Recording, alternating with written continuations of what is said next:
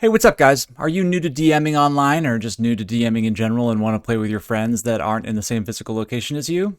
This is the video for you. In this video, I'm going to recommend what virtual tabletop to choose, how to set it up, how to make maps and get them into your virtual tabletop, how to get tokens and get them into your virtual tabletop, and how to have sweet, sweet music and sound effects to wowie zowie your players. My name's Joby Earl. I'm the DM for The Familiars. Bing! Now, hopefully what I'm going to do is I'm going to save you some time and offer up what I've found to be the best options depending on how much time you, the DM, have to get things set up. So, which virtual tabletop to choose? I've run games on Fantasy Grounds, Owlbear Rodeo, Roll20, Foundry VTT, and Tailspire.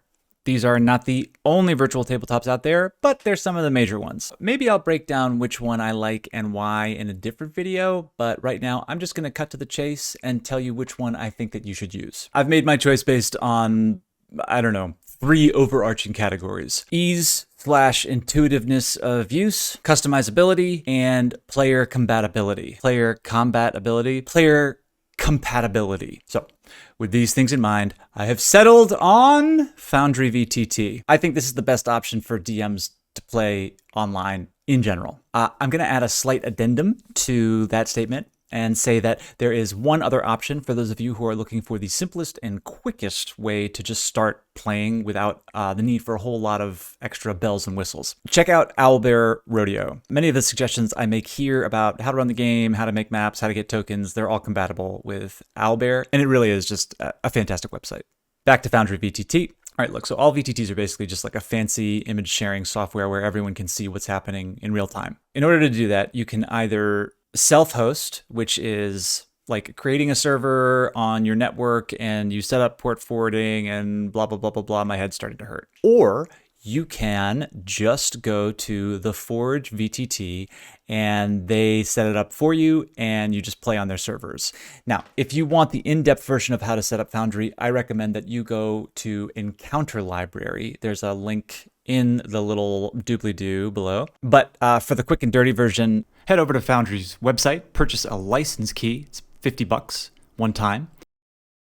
Once you get that license key, you're going to head over to the Forge. You're going to fill this whole thing out, create a new account. And once you do, you go to your account page, head over to subscription, and add the license. Then, here's the setup page. You're going to want to make sure you go to Game Systems first and make sure you install the rule set that you're using. Then, create your world. Make sure to load in your game system. Go ahead and launch your world. Select Game Master. And you're in. Here is what Foundry looks like at its most basic. And here is a little window into what mine looks like. I've done this by adding modules. The list of my modules is included below. You can do simple things like have 3D dice roll across everyone's screen, change the look and feel of various windows. You can link roles and information from D&D Beyond. Yeah. All the way up to super complex multi-level maps with moving tiles, and you can even work in 3D. It's all up to you. Okay. So you've gotten your Foundry license, you've linked it to the Forge. Now let's get some sweet, sweet maps. This is the next Pandora's box of running a virtual tabletop. There are countless ways to find, draw, and make maps for your adventure.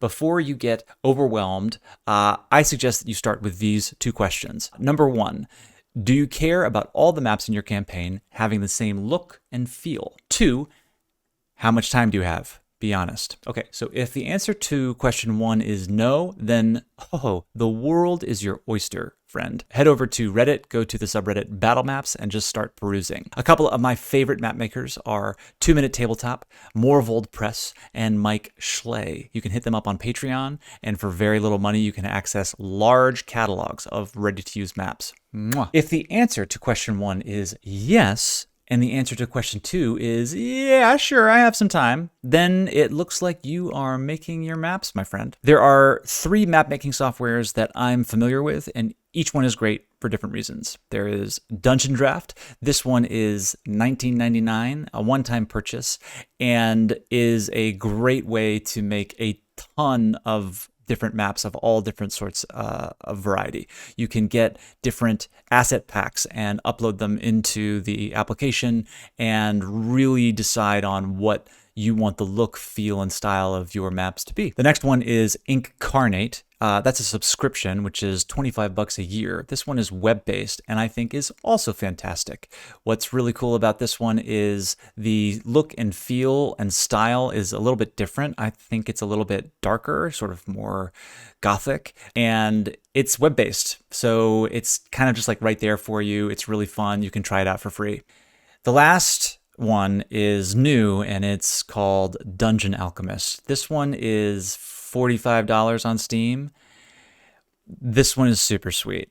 Look, it is the quickest way to make a super awesome looking map. It's really fun to use. It's really easy to design, and they have randomly generated rooms. So you can literally make an amazing looking map in 5 to 10 minutes.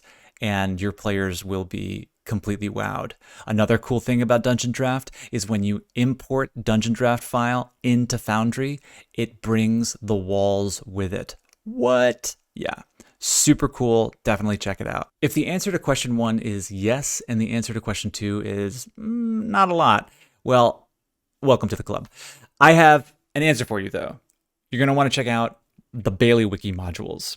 Bailey Wiki is a master Dungeon Draft user, and they've created a vast library of fully realized maps, drag and drop structures, basic templates, and detailed assets for you to use and customize as you see fit. What I love about using Bailey Wiki is that with one mod, I'm now like completely covered as a dungeon master. If I have more time for a given session, I can take the time to make a totally customized one-of-a-kind map with multi-level buildings and trapdoors and really cool lighting. And if on the other hand, I am completely panicked with no sense of what to do, I just peruse his ready-made maps, drop it in, and boom, I'm ready to go. Where do we get tokens from? Okay, so for tokens, you can use Token Stamp. That's the easiest one that I've found to use. So there are modules that can help you do this, and if you combine modules like Tokenizer with the D&D Beyond importer, you've already got a lot of your tokens taken care of. If you're looking for a token that maybe doesn't have an image through D&D Beyond, or just looking to make your own, the easiest place to go is Token Stamp.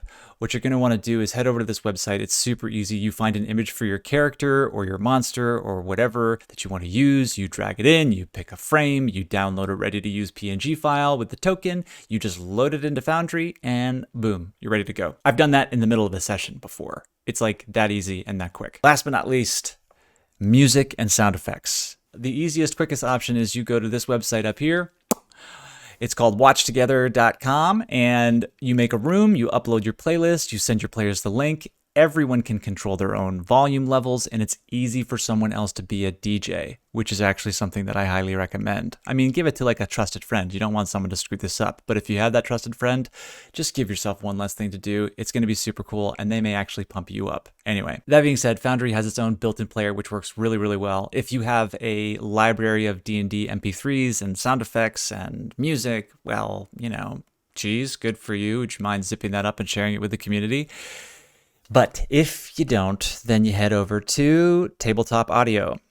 Your problems are over. It's a super easy interface. There is great music and ambiance, as well as like door creaking sounds and monster roars. You can even set up your own sound pad. They've got a Patreon. You should check it out. These people are doing yeoman's work when it comes to helping out DMs create an atmosphere for their players. And with modules, you can even have it work inside Foundry. Now, I also recommend Sirenscape. If you're looking for like deeper customization. They also have entire catalogs of music and sound effects and ambiance that are actually specifically made for published content. You can try it for free, but after that, it does start getting a little pricey. Okay, so now you're set up, right? All you have to do now is run a session of Dungeons & Dragons. Are you freaking out about that? Oh, don't worry. Check out my other video about how to set up a session sheet. I've even got templates given to you for free. They're Google Docs. Super easy. So stay tuned for more videos. I'm already planning one on Foundry modules and which ones I think are really awesome and make your game super, super sweet, as well as a more specific breakdown of my personal workflow going from session idea to feeling fully prepped. But let me know what you'd like to know about in the comments. And remember, as a Dungeon Master, your intent should always be for your players' delight. So if you're doing that, you're doing a great job. Thanks for watching. Like and subscribe. Check me out every Tuesday night on Twitch and YouTube as I DM the familiars through Storm King's Thunder. You'll see if I can put my money where my mouth is. My money, right? Or just my ideas? Whatever. See you later.